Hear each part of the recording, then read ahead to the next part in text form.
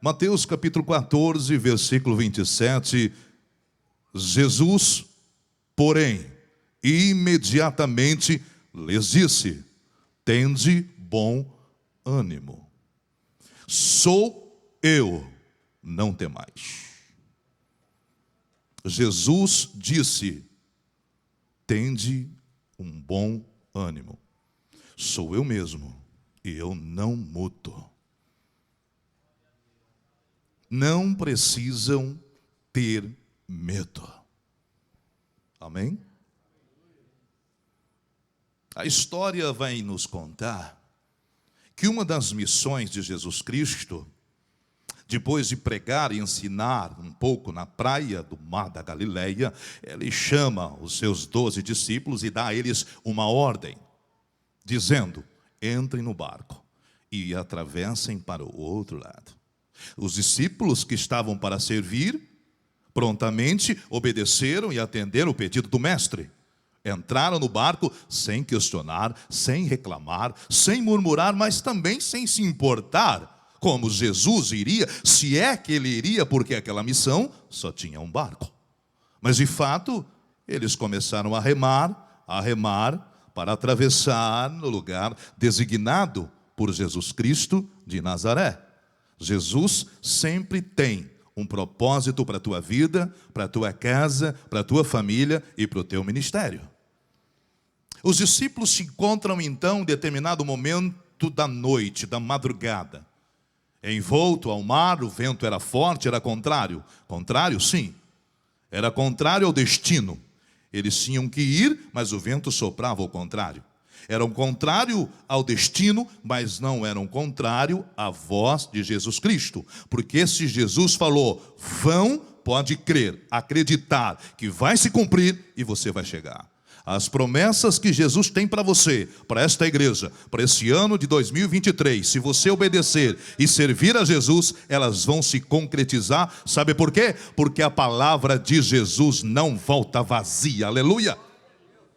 Naquele momento, onde parecia de difícil entendimento, o barco estava assim, vai para lá e vai para cá, afunda ou não afunda, vira ou não vira. A instabilidade toma conta dos seus tripulantes. Tudo parecia estar meio perdido.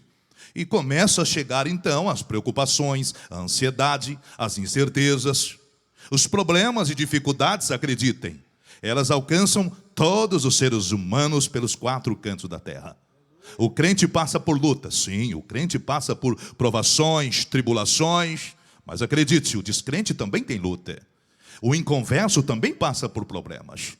Aquele que não confessa Jesus ou outro confessa outros deuses também passa por perca na família, desemprego, câncer. Também ele pega o Covid-19, ou seja, todas essas dificuldades, ela está inserida no ser humano. Qual que é a nossa diferença? Somos melhores do que eles? Não. A diferença é que nós temos um advogado, nós temos um Senhor, nós temos um Rei, nós temos um Deus, nós temos a quem pedir ajuda, a quem recorrer, nós temos a quem colocar os nossos joelhos no chão e pedir: Jesus, socorre-me e me ajude. Eles têm o quê? Cachaça. Eles têm o quê? Pai de santo, macumba, saravá. Mas nós temos o Rei da glória, aleluia. Agora eu fico me perguntando muitas vezes, por quê? Porque também as provas e as lutas, eu não chamo ela, eu não mando um convite nas redes sociais. Mas ela olha e diz: eu vou pegar você.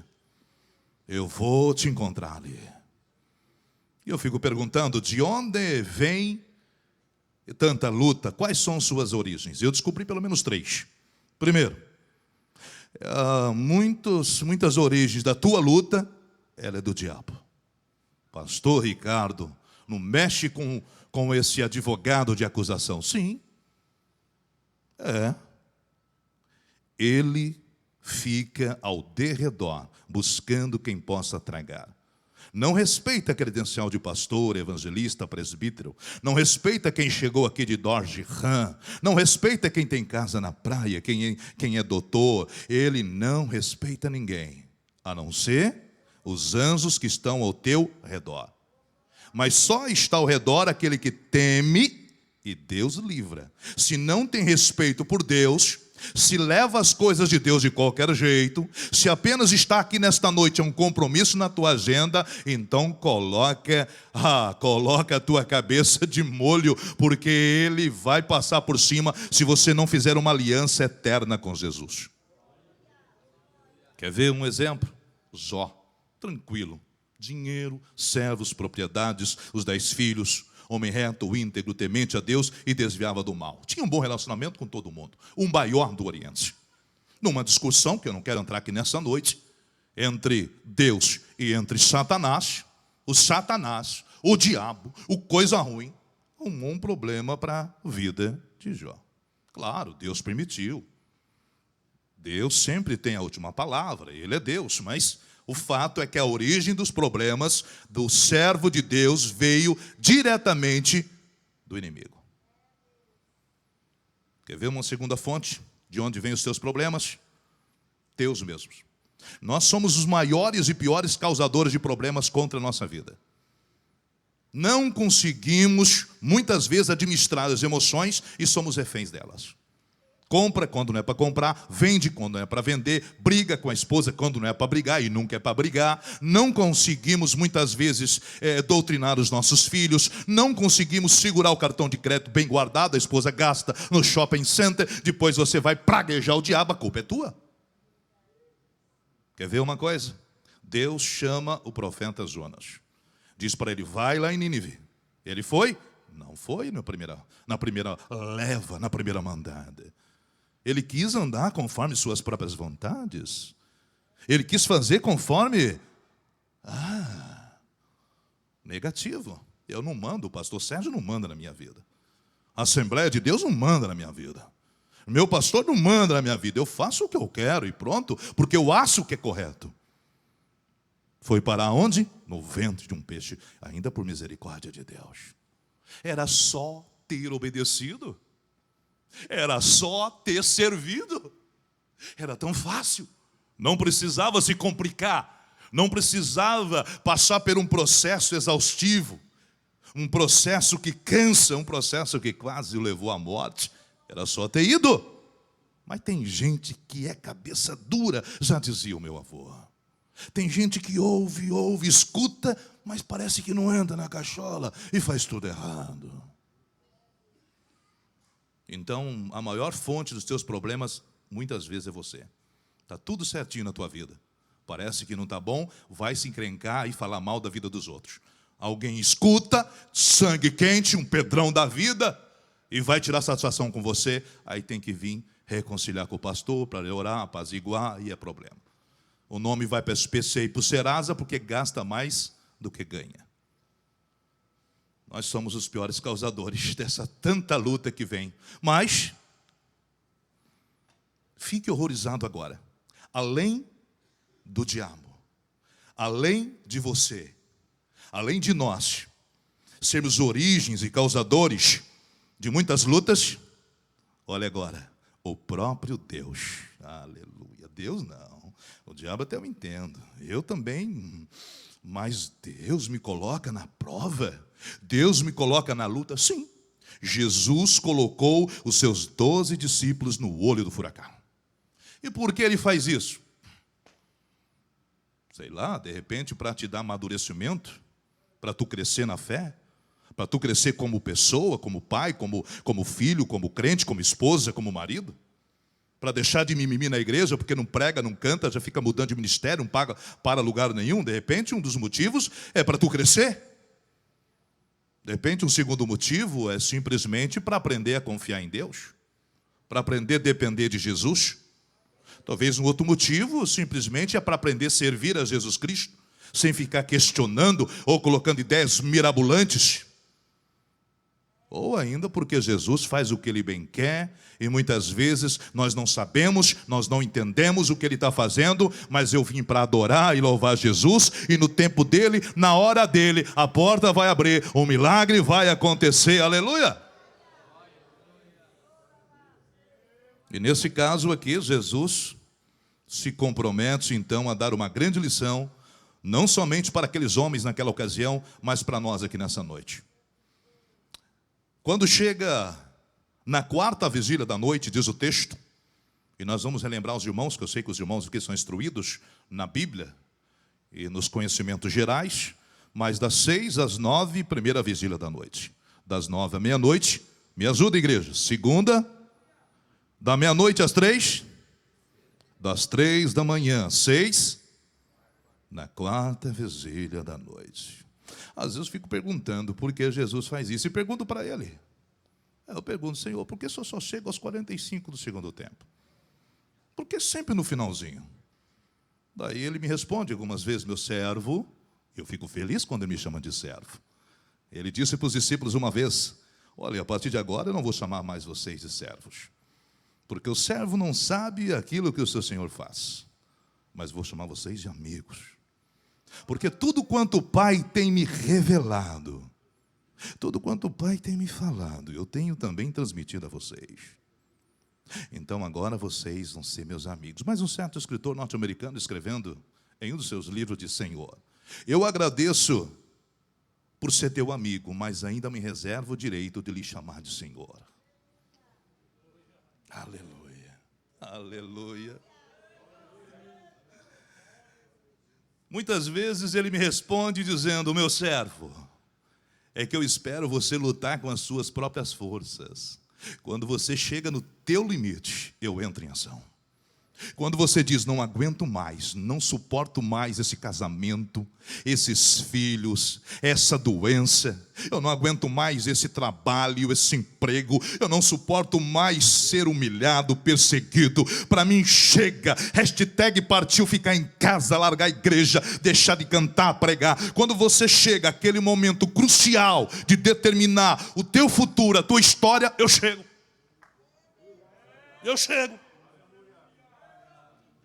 Só que Jesus não chega simplesmente assim. Ele chega para fazer diferença na tua vida.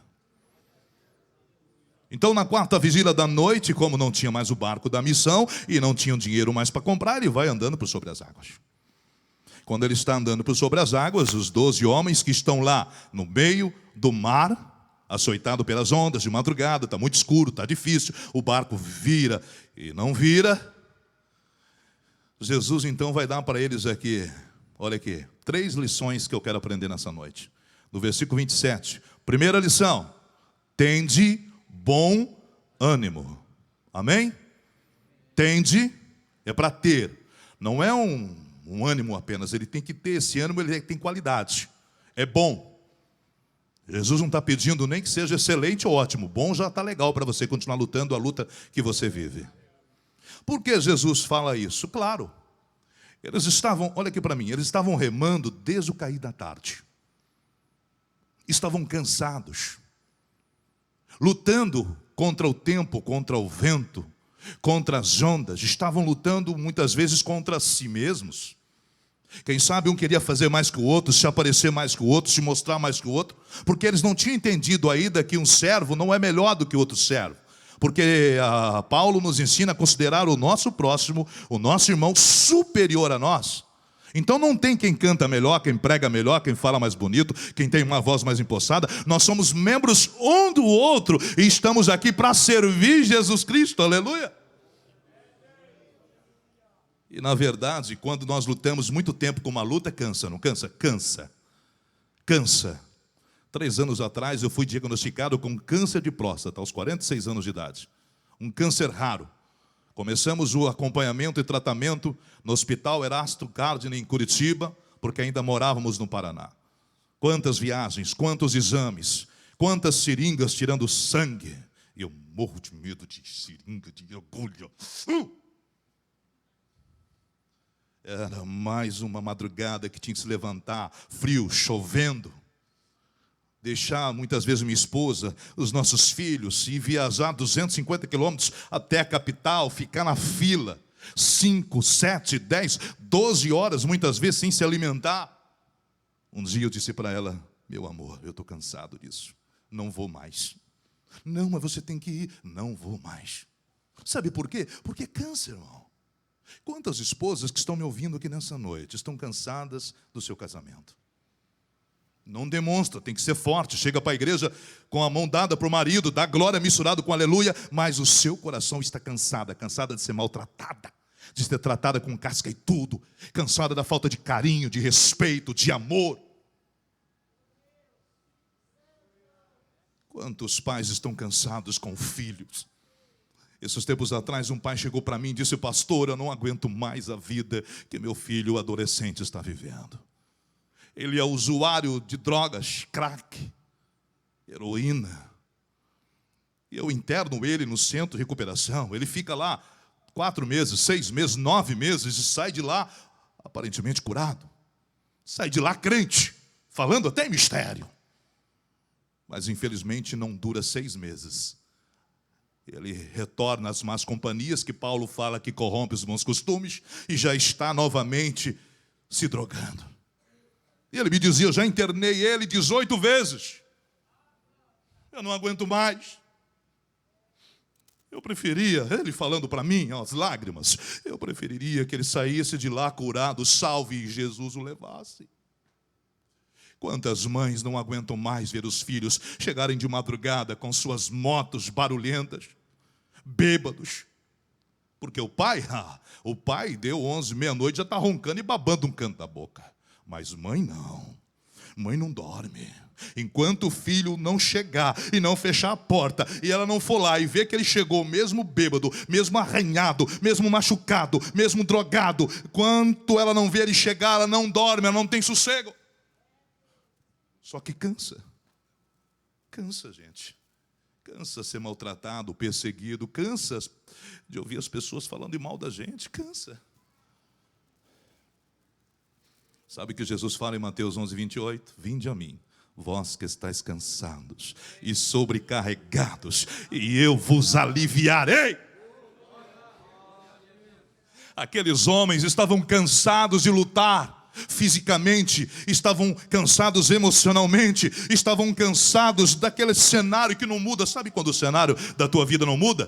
Terminou 2022, 2023 começa do mesmo jeito, porque uma data não faz diferença na vida de ninguém. O que vai mudar a tua história é uma atitude, é uma postura.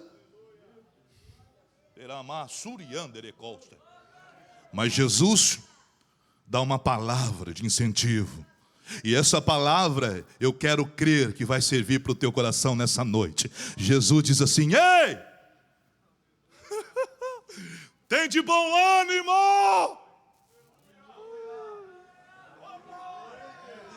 Ei, pessoal! Tem de bom ânimo! Anima-te! Vai dar certo! Vocês vão conseguir! Não desista. Não saia da igreja, não abandone o barco, é assim mesmo, continue, tem de bom ânimo, aleluia. O apóstolo Paulo vai dizer: estejamos sempre de bom ânimo. Mas a segunda lição que Jesus nos ensina aqui nessa noite, ainda no versículo 27, ele vai dizer assim: tem de bom ânimo, sou,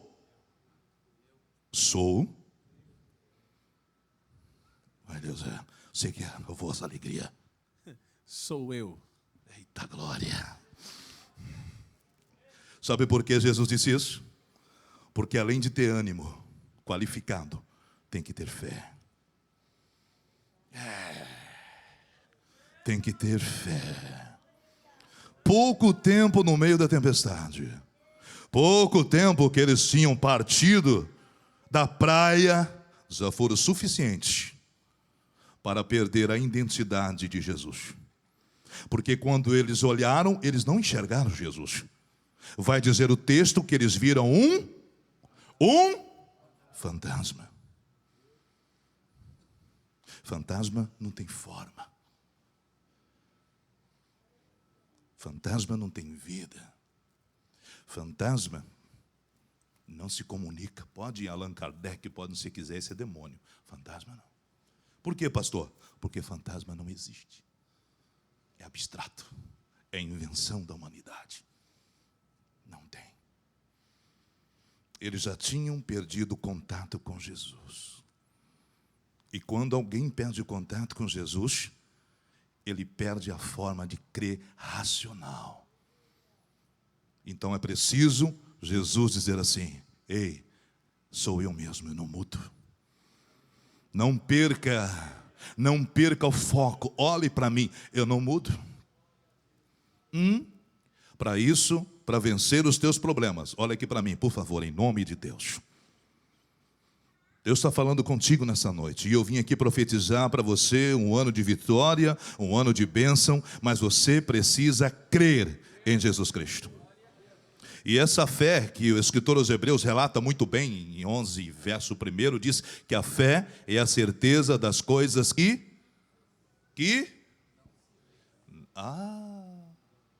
porque se eu enxergo, não é fé. Ele falou isso para quem? Para um discípulo que perdeu o primeiro culto do Jesus ressurreto, Tomé. Tomé chegou no segundo culto. E os irmãos que estavam no primeiro culto falaram para Tomé: você perdeu, Tomé. Você nem sabe quem foi o pregador do culto. Quem? O Jesus de Nazaré. Jesus está morto. Como assim? Não, eu não creio. Mais de 3 anos andando com ele, vivendo com ele, participando dos milagres, vendo, ainda você vem com essa conversa que não crê. E Tomé respondeu: para mim crer, eu preciso colocar o meu dedo nas feridas, ou nas chagas, ou das suas mãos perfuradas. Para surpresa dele, Jesus chega. Ô Tomé, olha aqui. Pode colocar a mão aqui, Tomé. Porque mais feliz ou mais bem-aventurado aquele que não vê e crê. Então a fé é a certeza das coisas que não se vê. Eu não preciso ver para saber que Jesus está comigo. Eu não preciso ver para saber que minha bênção vai chegando. Basta eu crer, e essa fé, além de ser a certeza das coisas que não se vê, é a prova.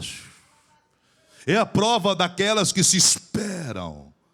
E eu faço uma pergunta retórica para você nessa noite: o que você espera receber de Deus em 2023? O que nós estamos esperando receber de Jesus? Pastor, preciso casar esse ano. Amém? Mas case certo. Case com crente, de preferência da Assembleia de Deus, não vai dar choque depois. Pastor, esse ano eu preciso comprar o sonho da casa própria. Amém? Um carro maior. Amém? Pastor, esse ano eu preciso pintar minha casa. Amém? A esposa quer uma máquina de lavar nova, porque a de casa está fazendo muito barulho e não lava direito a roupa. Amém? E se eu perguntasse para mim: pastor Ricardo, o que o senhor espera em 2023? Melhorar o meu serviço ao rei. Não estou sendo hipócrita nem farisaico. Sou espontâneo. Não vou dizer quem me conhece, que aqui só o Eliezer me conhece. Mas, diante dos problemas, das dificuldades, elas não podem impedir a minha visão de Jesus. Nenhuma luta, nenhuma doença, nada pode me impedir. Fiquei 3 anos com a irmã Ana em tratamento no hospital. Novembro do ano passado, fizemos mais uma biópsia, então, para retirar toda a próstata, porque já poderia atingir a coluna cervical, o quadril, e não tinha mais jeito daí. Eu me preparei, fui no Google, fiquei muitos dias no Google, como que seria o procedimento, o tempo de recuperação. Eu estava me preparando, porque eu aprendi na vida a se preparar. Temos que preparar para nascer e para morrer. E a igreja se preparar para o arrebatamento dela. Aleluia. Fizemos mais uma biópsia e voltamos em dezembro, então, para pegar o último resultado e marcar a cirurgia. Entrei na sala depois de 7 horas de pé, e eu aprendi a não reclamar, não murmurar mais, só dar glória misturada com aleluia. Quando eu entrei no consultório do médico, estava o médico, uma universitária também, e ele me perguntou: senhor Ricardo, está tudo bem? Eu respondi: está tudo bem. Está tudo bem. Está tudo bem. Vai ficar tudo bem. Nós temos aqui uma biópsia, 3 anos de acompanhamento, que o senhor tem 2 tumores na sua próstata cancerígenos. Falei: estou sabendo esse negócio aí. Mas eu tenho aqui a biópsia feita mês passado. Tem. E ela está dizendo que não tem mais tumor.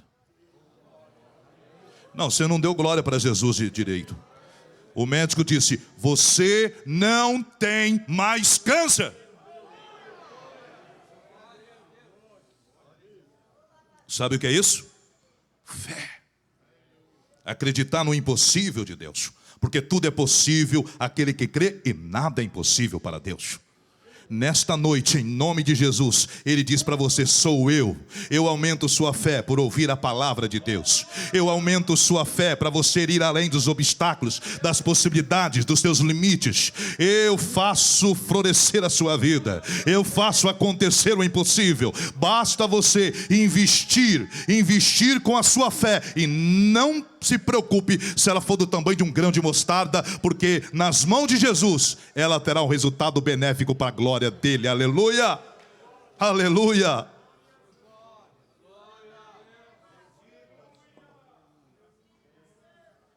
Ânimo para você vencer, fé para você continuar vencendo. E para encerrar essa mensagem,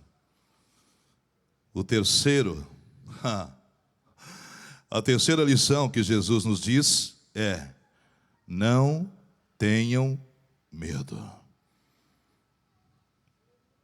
365 vezes Jesus disse que não é para ter medo. Porque os discípulos gritaram todos, 12 homens barbados. 12 homens feitos. Alguns eram um pouco meninote ainda, mas estavam lá.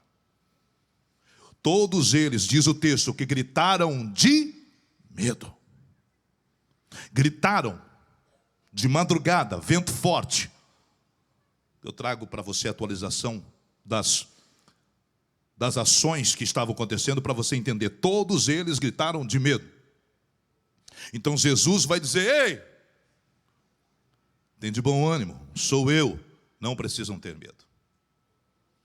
Mas o medo é O medo, na verdade, é um gatilho que arma um sistema de proteção que é imprescindível na nossa vida. O medo faz parte, está impregnado no nosso DNA. Temos medo? Sim. Como eu disse, muitos homens ainda têm medo do câncer de próstata, têm medo até de fazer o exame. É um tabu que precisa ser rompido e quebrado. Muitas mulheres têm medo do câncer de mama. Muitas pessoas têm medo de morrer e não saber para onde vai. Tem crente que tem medo de Jesus arrebatar a igreja e você não subir. Tem alguns que têm medo até de passar em frente ao cemitério à meia-noite. Tem pessoas que têm medo de dormir, por exemplo, com a luz apagada. Tem que acender a luz. Algumas irmãs, algumas mulheres têm medo que o marido vá embora, saia de casa com uma menina da metade da sua idade. Muitos maridos também têm medo de perder a sua esposa. O medo parece que nos acompanha, está conosco. E ele é importante para a gente não passar de 110 nas rodovias que permitem. Porque temos que ter medo, sim, de perder a nossa vida ainda na maturidade. Temos medo também de levar a nossa família embora ou levar outra família. Então é preciso. O problema do medo é que ele, quando se potencializa, quando ele se torna um bichão que quer te devorar vivo. Esse medo que te controla, que te trava. Esse medo que não te permite de triunfar na sua empresa, nos estudos, no ministério, na igreja, na fé, na espiritualidade. Você trava, você tem medo. Síndrome do medo. Jesus vai dizer assim: ei, vocês não precisam temer mais, eu cheguei. E quando Jesus fala isso, dos 12 que estavam ali, um apenas se levanta, no escuro. Eu não sou pescador e não sou bom de barco, mas alguns irmãos talvez vão entender que no meio desse mar revolto, colocar-se em pé nessa situação, está proibido, não pode. Ele tira a estabilidade que ainda resta naquele barco. Mas Pedro se coloca em pé.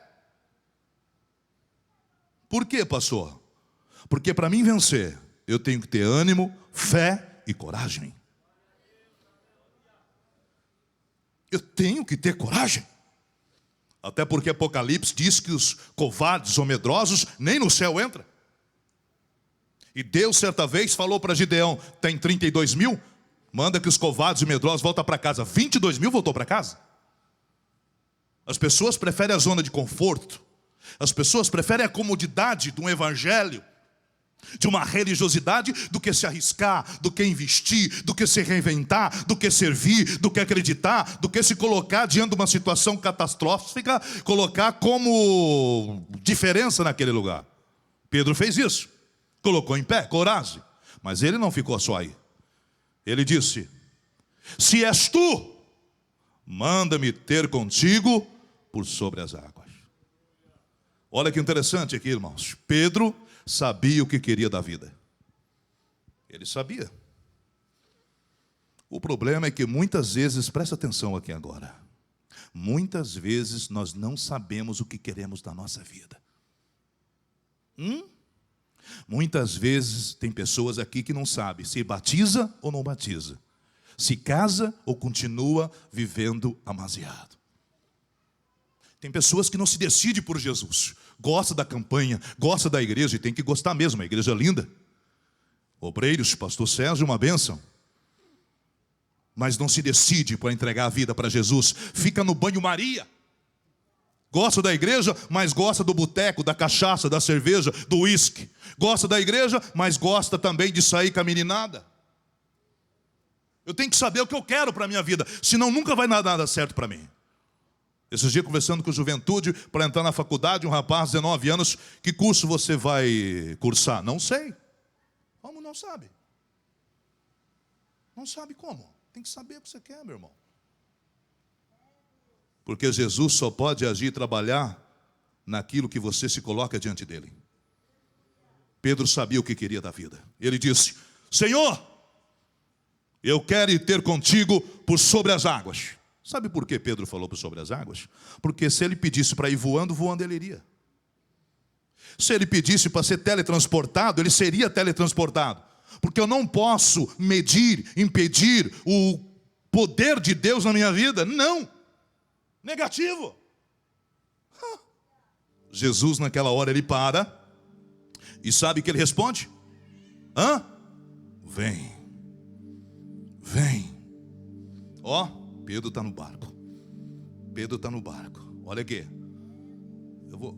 Pastor, eu posso pedir para o pastor Eliezer me ajudar aqui? Porque se eu só pregar, o pessoal vai guardar de 25% a 30%. Se eu fizer uma cena, vem cá, eu vou usar ele que é meu amigo. Se eu fizer uma cena com ele, de 55% a 60% sobe esse percentual. Aí se eu falar, mostrar, e vocês fazerem, pode chegar até 80%. Mas fique tranquilo, não precisa fazer aqui. Não precisa fazer. Eliezer, vai lá de frente e olha para mim aqui. Vai lá. Olha aqui, pessoal. Em pé. Já quer sentar? Meu Deus. Eliezer vai ser o Jesus. Jesus bonito de gravata ali, ó. Aleluia. Canta bem o Jesus aqui. Pedro está no barco. Diga assim para Pedro: vem. Eita glória. Pedro, claro que Pedro ia. Ele não ia por sobre as águas, ele ia na palavra de Jesus. Não olhe para as limitações, olhe para Jesus. Olha aqui, presta atenção. Presta atenção.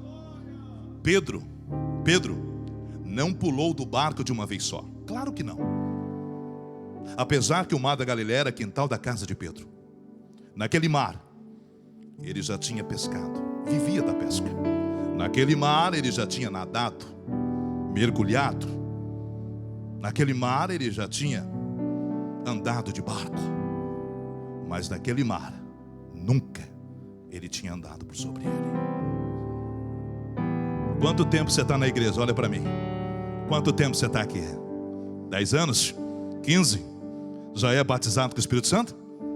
Tem dons espirituais?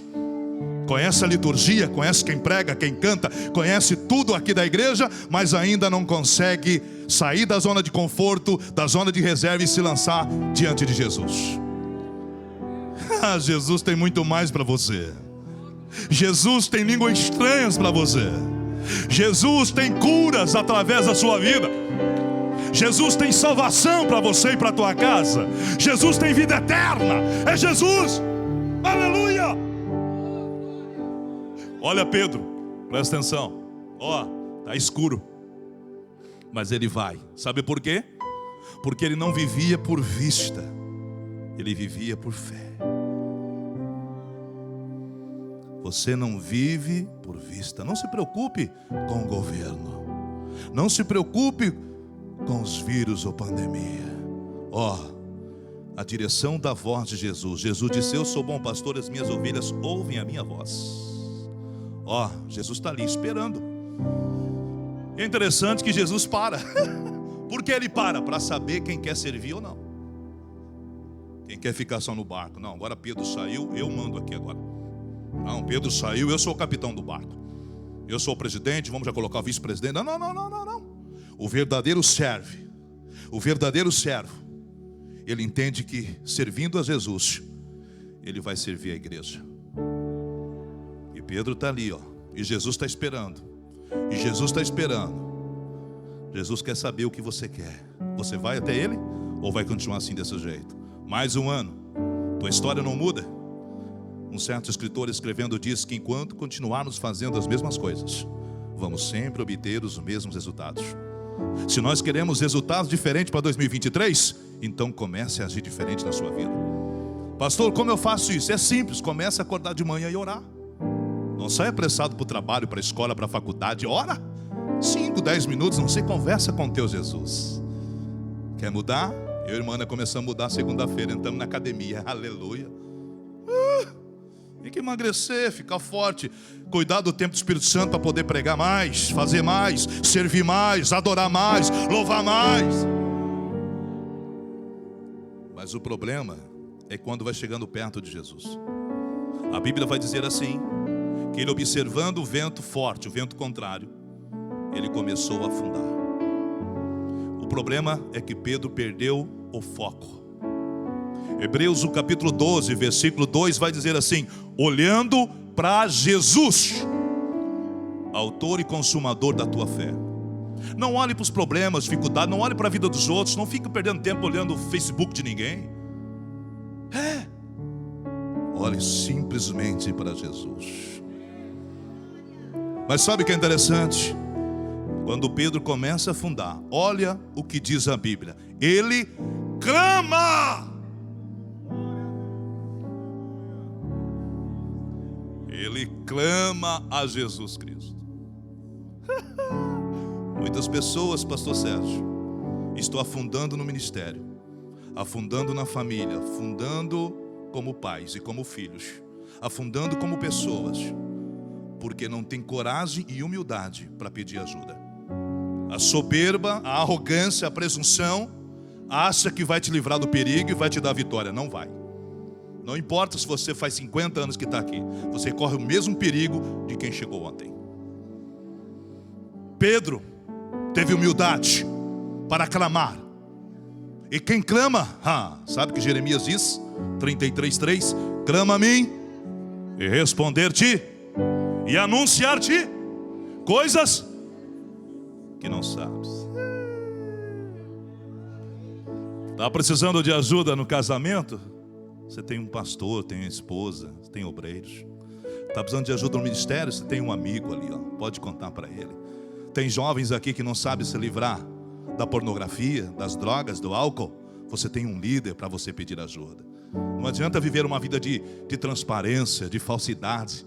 Não adianta dar glória, aleluia aqui, se na tua casa, preste atenção aqui nessa noite, Deus está falando contigo.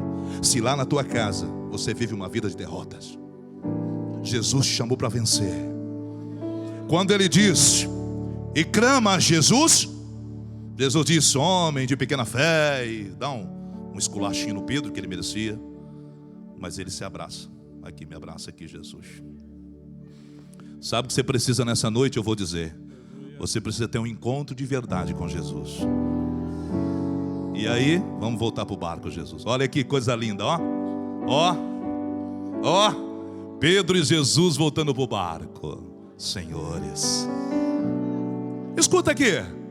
Ainda continua escuro? Está escuro ainda? O vento está forte ainda? O vento está forte ainda, gente? Tá?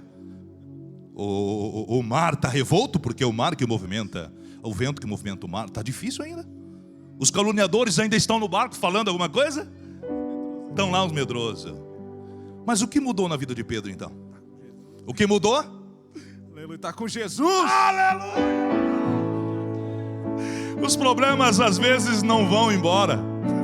Eles estão aí para te ensinar e ser o espinho que eu e você precisamos. Escute o que eu vou lhe dizer, crente, se você puder ficar em pé nessa noite. Não são os problemas que devem mudar, mas é você que deve mudar em relação a eles. A Bíblia diz que Pedro e Jesus voltaram para o barco. Entraram para o barco. Obrigado, querido. E quando entraram no barco, o vento cessou. Sabe o que diz o Salmo? O choro pode durar uma noite inteira. E essa noite, claro, não precisa ser literal na sua vida. Pode ser figurada. Quem sabe a tua noite, ela tem durado já 5 anos, 10 anos, 20 anos. O choro tem um tempo para acabar, porque a alegria vem pelo amanhecer. Eu vou contar para você rapidinho aqui, pastor Sérgio. A Ana estava grávida do Ricardo, filho, de 13 semanas. Teve um aborto espontâneo. Fomos até o hospital. Chegamos lá, o médico fez os exames, me chamou de um lado e disse: pai, o feto está morto. E eu respondi: não é feto, é meu filho, uma pessoa. No ato da concepção já é uma pessoa. Não interessa, está morto. Sábado, 11 horas da noite. Está registrado isso. E disse: ela está com muita dor, sangrando ainda. Vou interná-la, vai tomar medicamentos. Ela disse: para a noite. Amanhã cedo, no domingo de manhã, o próximo médico vai assumir o plantão e fazer então o procedimento para retirar do feto. Não contei nada para ela. Peguei ela, a enfermeira levou até o quarto e ficamos na enfermaria. Ela ia pro banheiro sangrando muito, tomando soro e remédio na veia para amenizar a dor. Choro, eu nunca chorei tanto na minha vida como aquela noite. Eu nunca passei nenhuma noite horrível, terrível como aquela noite. A sensação da perda. Mas eu estava animado, com fé e com coragem. 2 horas da manhã ela perguntou: meu bem, o que está acontecendo? Claro que eu sou crente e crente não mente. Amém? Nem meias verdades. Eu disse: o médico disse que o nosso filho está morto, mas a última palavra é de Jesus. Choramos a noite inteira. 7 horas da manhã, coloquei a minha mão sobre a mão dela e sobre o ventre dela e fizemos mais uma oração. Jesus, nós queremos muito essa criança, muito mesmo.